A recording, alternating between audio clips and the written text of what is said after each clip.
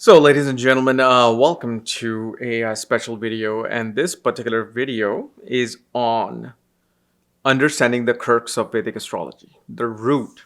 And the thing is, this is what I'm going to say. It's not something that is wrong. It's not wrong, but it's just that there needs to be also a new change. For example, we have all grown up, whoever has studied Vedic astrology.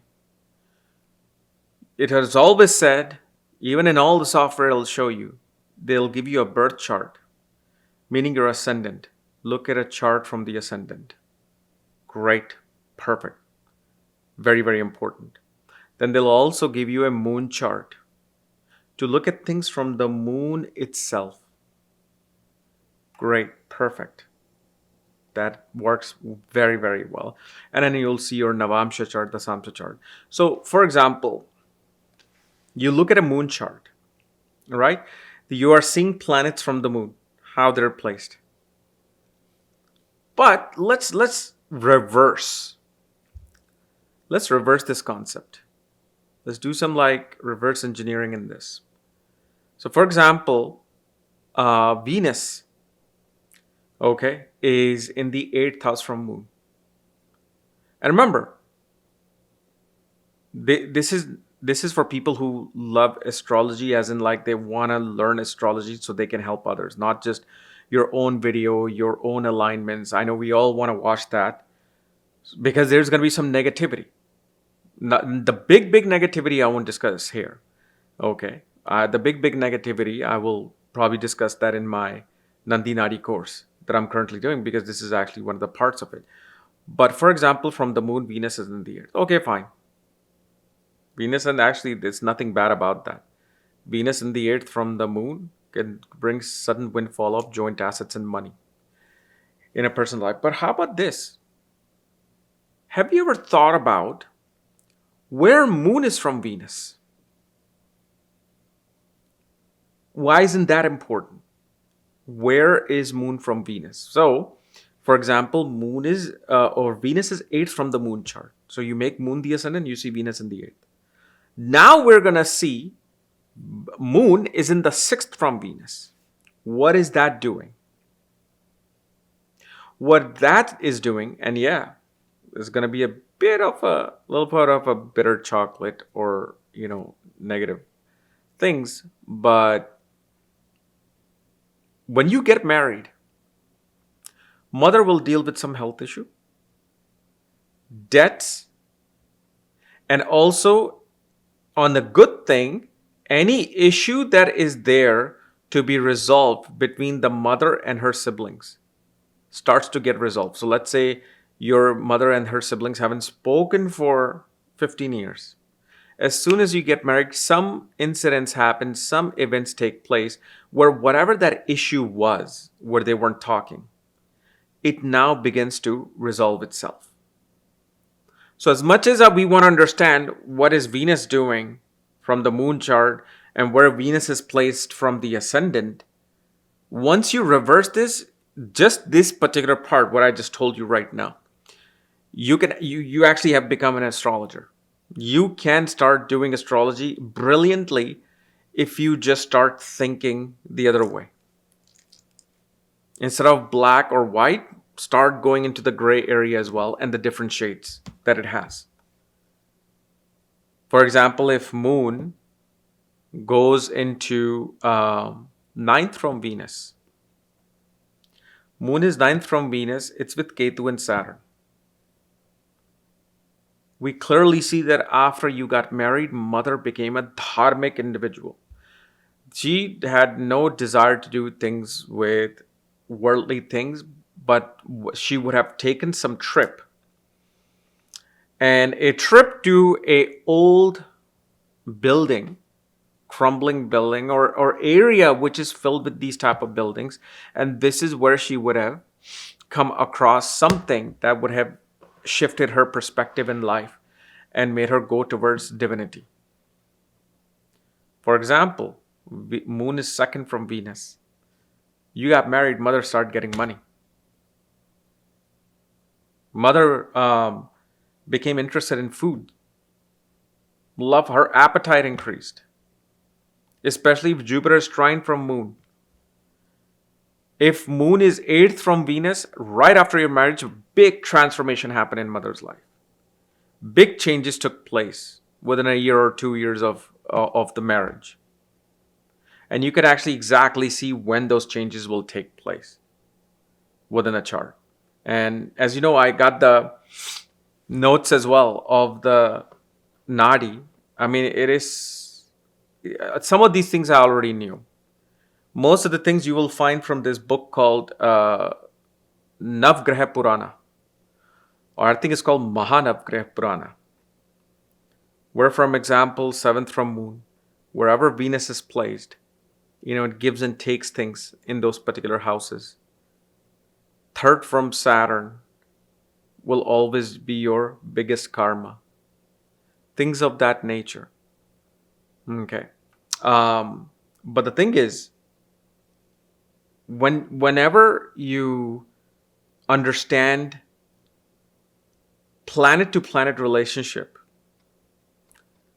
you naturally you see a chart and you can get it. But then again, I will say this: don't try to be a hero.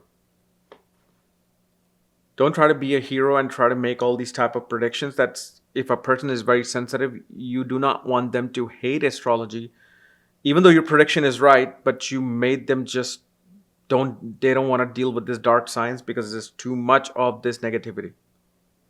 Because if you try to be a hero, you will live long enough to see yourself as a villain. Because people will be like, well, yeah, they're accurate, but maybe you don't want to go to this person. Because they'll just tell you straight up if it's bad or good. And some people can take it, some can't. But yes, it's part of actually the Nadi rule. It's in the Nadi rule. Where one of the rishis was about to say something negative about a woman and her character. And Saraswati stopped the rishi. Say, wait, before you make this prediction that we are writing here, okay, do you really want this woman to now suffer because of the prediction you have made? Do you want her image to be like this because you said this about her? Be careful of what you say. This is in Nadi texts. For example, from Venus, Moon is in the 5th. What will happen after marriage when you have children? Your mother will be the one taking care of your children.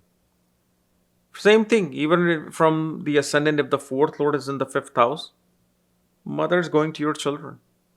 And your intelligence is being influenced by the mother. What mother says goes. But especially when you look at it from the perspective of any planet, like, for example, you can even look at it from Saturn. Moon is 6th from Saturn, aspected by Mars. As soon as you got a job, mother got into fight with a neighbor or with your brother and had health issue. Simple. So when you're looking at Saturn from the Moon, okay, it's much easier actually. It's much easier when you actually use the other planets towards Sun and Moon. And here's the thing, and this is something I'm actually testing. Use the Lagna from a planet. Use the Lagna from a planet. Your karmic log, right? So, and again, this is not something I'm saying it's in Nadi text or anything, but I'm testing this quite a bit now. For example, your Lagna is 10th from Saturn, meaning Saturn is in the 4th house. As soon as you get job and work, your health and life and your fame changes. So I'm looking at these things.